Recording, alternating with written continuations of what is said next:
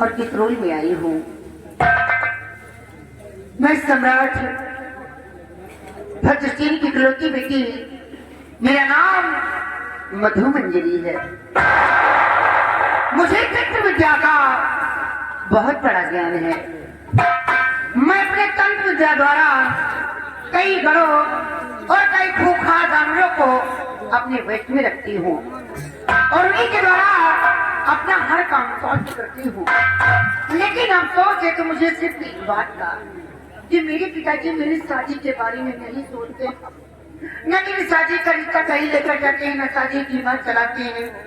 मेरे पिताजी समझते हैं कि मेरी बेटी अभी नादान है, लेकिन नहीं पिताजी, आपकी बेटी नादान नहीं, आपकी बेटी तो भरपूर जवानी में है। लेकिन पिताजी, आप मेरे बारे में सोचे या न सोचे, ये मधुमंजरी अपना फैसला खुद करेगी।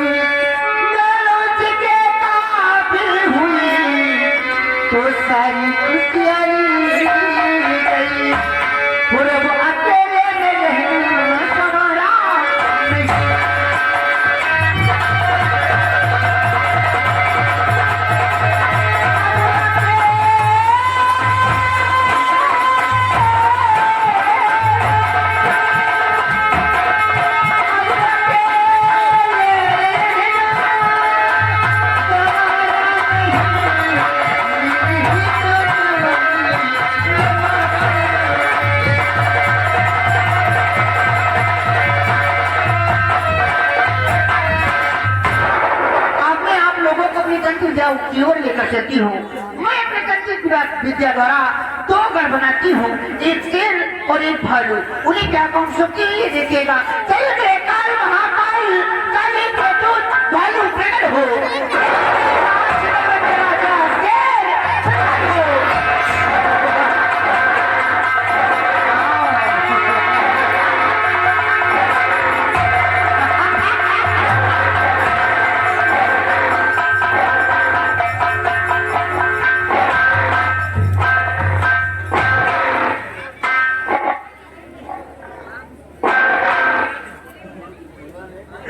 ये रहे शेर और भालू। मेरे भालू, वाह रे शेर, आज मैंने तुम दोनों को किसकी आती ध्यान से कर। जाओ हिंदुस्तान नासिक में महाकुंभ का मेला लगा है, जाकर वहां पर तहलका मचा दो, घमासान मचा दो, पूरी जनता को छिन्न भिन्न कर दो, तहस कर डालो, पूरी जनता को छिन्न कर दो। जाओ, तुम्हारे लिए इतना ही काम है।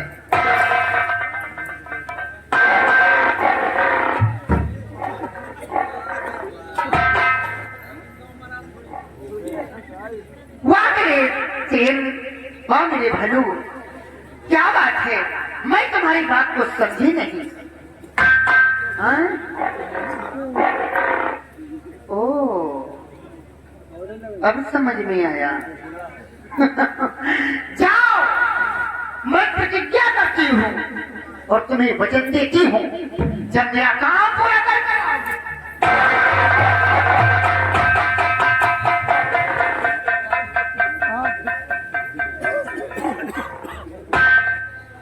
चलो नहीं मेरे सामने आओ, सामने आओ, सामने आओ।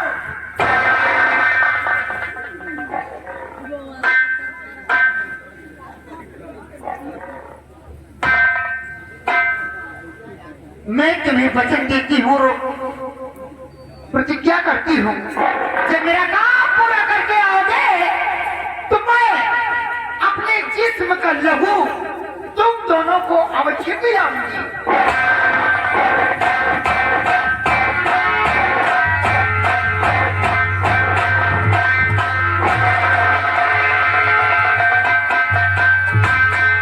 ये रहे शेर और भालू। अब मैं आप लोगों को अपने जहरी दानों से मिलाती हूँ, उसे क्या काम सौंपती हूँ ये देखिएगा। चलिए मेरे काल महाकाल, मेरे जहरी दानों प्रकट हो।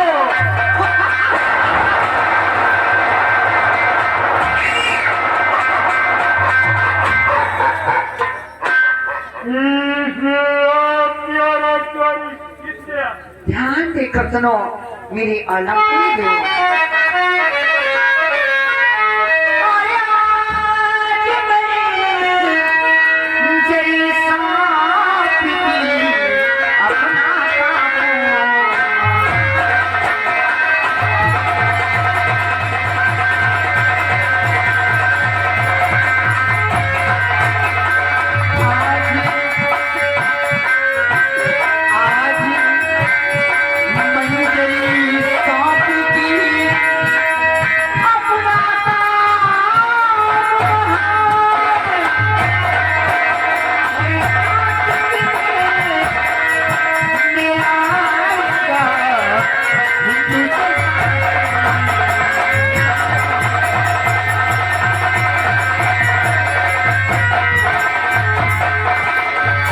करना क्या है? काम तुमको वहाँ एक बनाना पड़ेगा।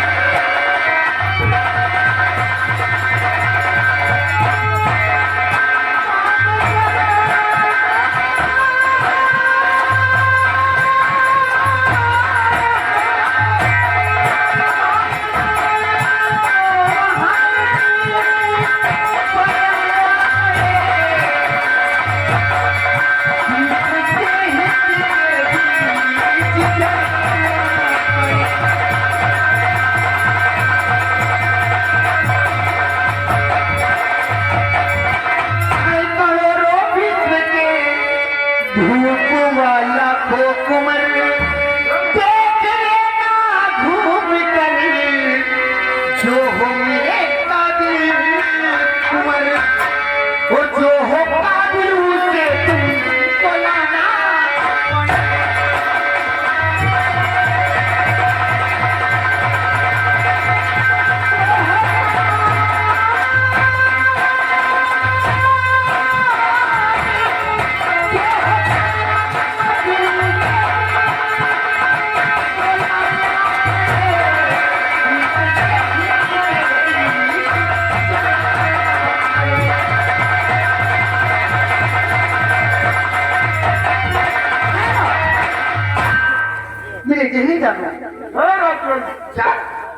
हिंदुस्तान नासिक में महाकुंभ का मेला लगा है।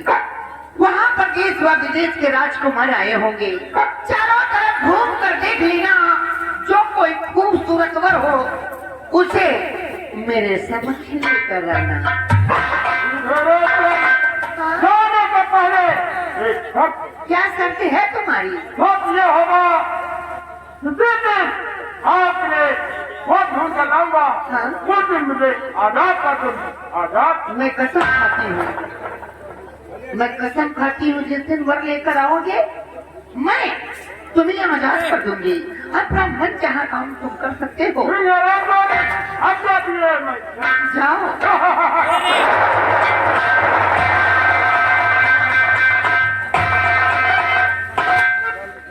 मैं अब अपने जहरी दानों के आने के इंतजार करूंगी और तब तक मैं आराम फरमाती हूँ।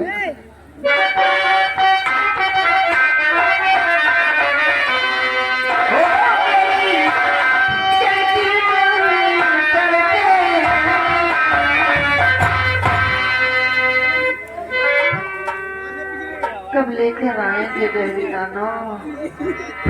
ओ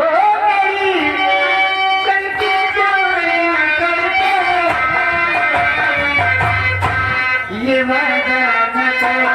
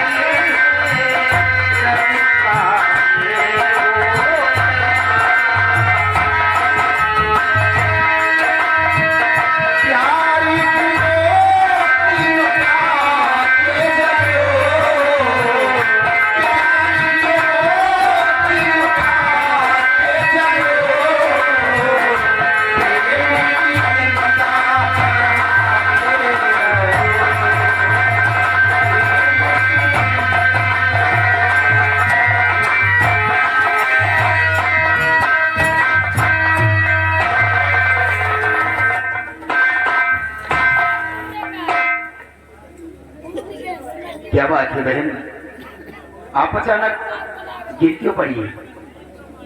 भैया मेरे चलते चलते पैर दुखने लगते, अब मैं आराम करना चाहती हूँ। बड़ी भैया, इस वक्त बहन चलने में असमर्थ है, क्यों ना थोड़ी देर तक हम लोग यहीं पर आराम कर लें, उसके बाद ही आगे के लिए प्रस्थान करेंगे। हाँ भैया, मैं बहन की हालत ठीक काम से नहीं पा रही है। आइए आराम कर लेते, थोड़ा सा रास्ता है, बाद में तय कर लिया जाएगा। आओ। हाँ बड़ी भैया, यही आराम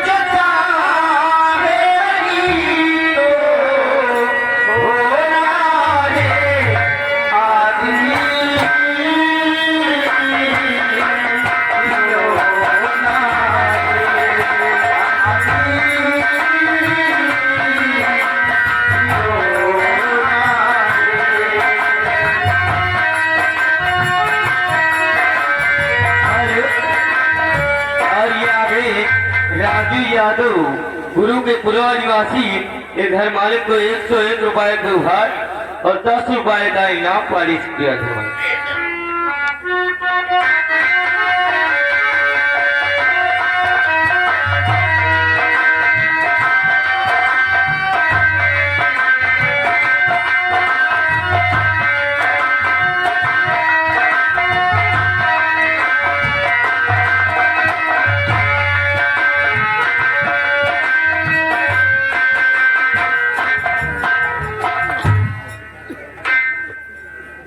या भगवान, वाकई में ये बहुत ही टेरिबल लूट है, बहुत ही ड्रेडफुल लूट है। और यहाँ पे अनेकों प्रकार के जानवरों के खतरनाक आवाजें आ रही। मैं तो कंफ्यूज होता जा रहा हूँ। अगर मैं किसी व्यक्ति करने लगा और कोई भी जानवर आकर के हमला कर दिया, कर दिया, तो इसका रिस्पॉन्सिबल मेरा होगा, जवाबदेही मैं बनूंगा। इसलिए मेरा फर्ज है कि मैं आराम नहीं बल्कि इनकी हिफाजत करूंगा। यही मेरा मेन गलती है।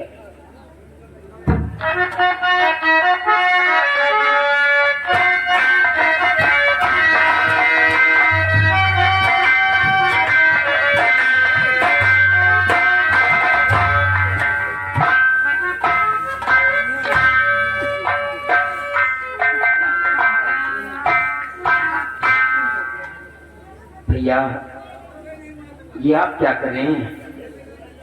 आप हमारे पैर दाब रहे हैं।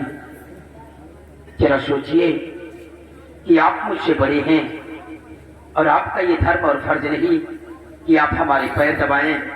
हमारे पैर दबाकर मुझे क्यों पाप के भागीदार बनाना चाहते हैं भैया? ये तो आप सच कह रहे हैं कि मैं आपसे इस उम्र में बड़ा हूँ, लेकिन आप हैं कौन? एक राजा के बेटे हैं, आप इस मुल्क के युवराज हैं और आपके सामने मेरी क्या वक़्त है? मैं तो तेरा सिर्फ आपके गुलाम का बेटा हूँ।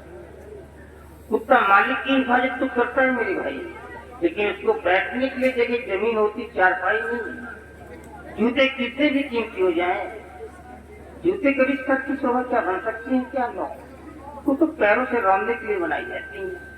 तो फिर मेरी नशीब में आराम करना कहाँ लिखा है भैया? वाह बड़ी भैया वाह, आज आप ऐसे शब्द बोलकर हमारी आपके बीच में दीवार खड़ी कर दिया। कभी मैंने आपको ये नहीं सोचा कि आप हमारे सेनापति चाचा के बेटे गए।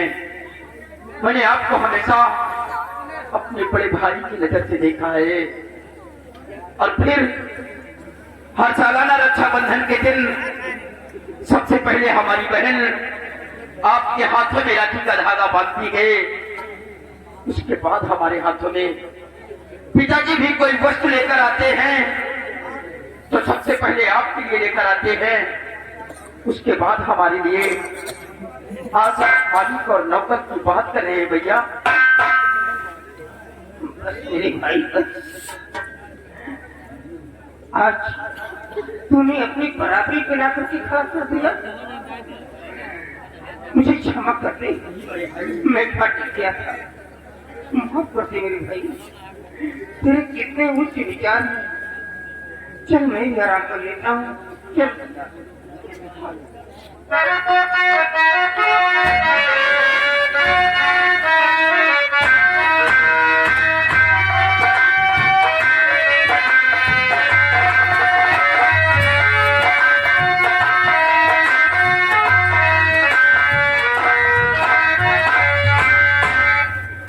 किशोर ने मेरे को मजबूर कर दिया और मैं सोचता हूँ कि सोना एक मरने के बराबर होता है। कहीं ऐसा ना हो कदाचित मेरे को नींद आ गई और कोई भी जानवर आकर के हमला कर दिया और इन दोनों को कुछ हो गया तो मेरा पिता तो मेरे को मार डालेगा, मेरे को जीवित नहीं छोड़ेगा। और साथ ही में इनके आदेशों का आप उल्लंघन भी नहीं कर, क्योंकि इन्होंने आराम करने का आदेश जारी कर दिया। प्रभु इन दोनों की रक्षा करना, मेरी जान चली जाए मेरे को कोई परवाह नहीं, बट इन दोनों को कुछ हो नहीं ना पाए।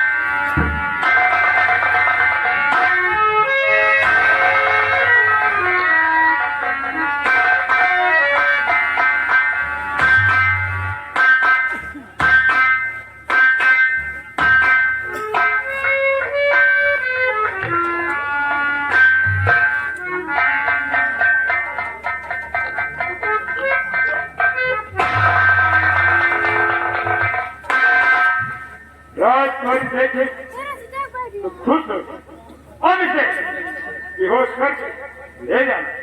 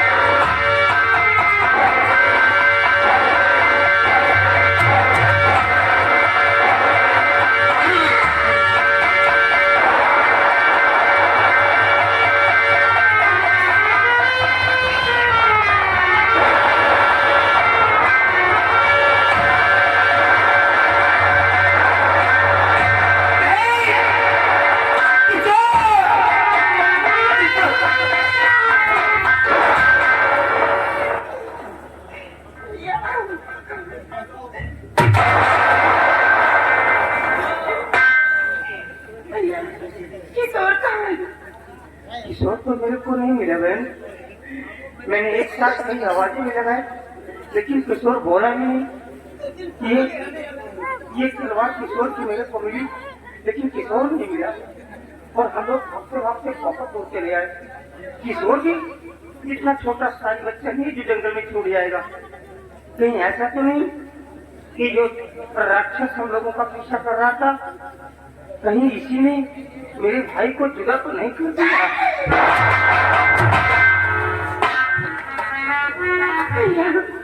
प्लीज ऐसा मत बोलो, मेरे भाई के तौर को ढूंढो। काश से कुछ हो गया तो मैं अपने भाई के बिना नहीं जी पाऊंगी। ढूंढो भैया। तुम क्या समझती हो कि किशोर के बगैर मैं रह सकता हूँ? अरे किशोर मेरी जिंदगी। महाराज जी पूछे किशोर कहाँ, तो मैं क्या जवाब दूंगा? कहाँ से लाके दूंगा? लेकिन एक राय मेरी मानो। देखो, हम नासिक के मेले आए थे कुछ लेने के लिए, और पहुंचने से पहले की दरअसल पे यहाँ मेरे को क्या दे दिया गया, हमारी झोली में क्या डाल दिया गया, हमारे भाई को उनसे जुदा कर दिया गया। अब हम ऐसे तीस दरअसल पे नहीं जाए। चलो हम इसकी सूचना महाराज को दे देते हैं। वो राजा अपने आप पे आ गई तो जमीन और आसमान को तेज करने के किशोर को ढूंढवा लेंगे। किशोर मिल सकता है, लेकिन मैं यहाँ अकेला हूँ, और ये जंगल इतना बड़ा है कि एमपी, यूपी और राजस्थान को तोड़ देने वाला जंगल है। हम कहाँ भटकेंगे? प्लीज मेरी बात मानो, चलो आओ।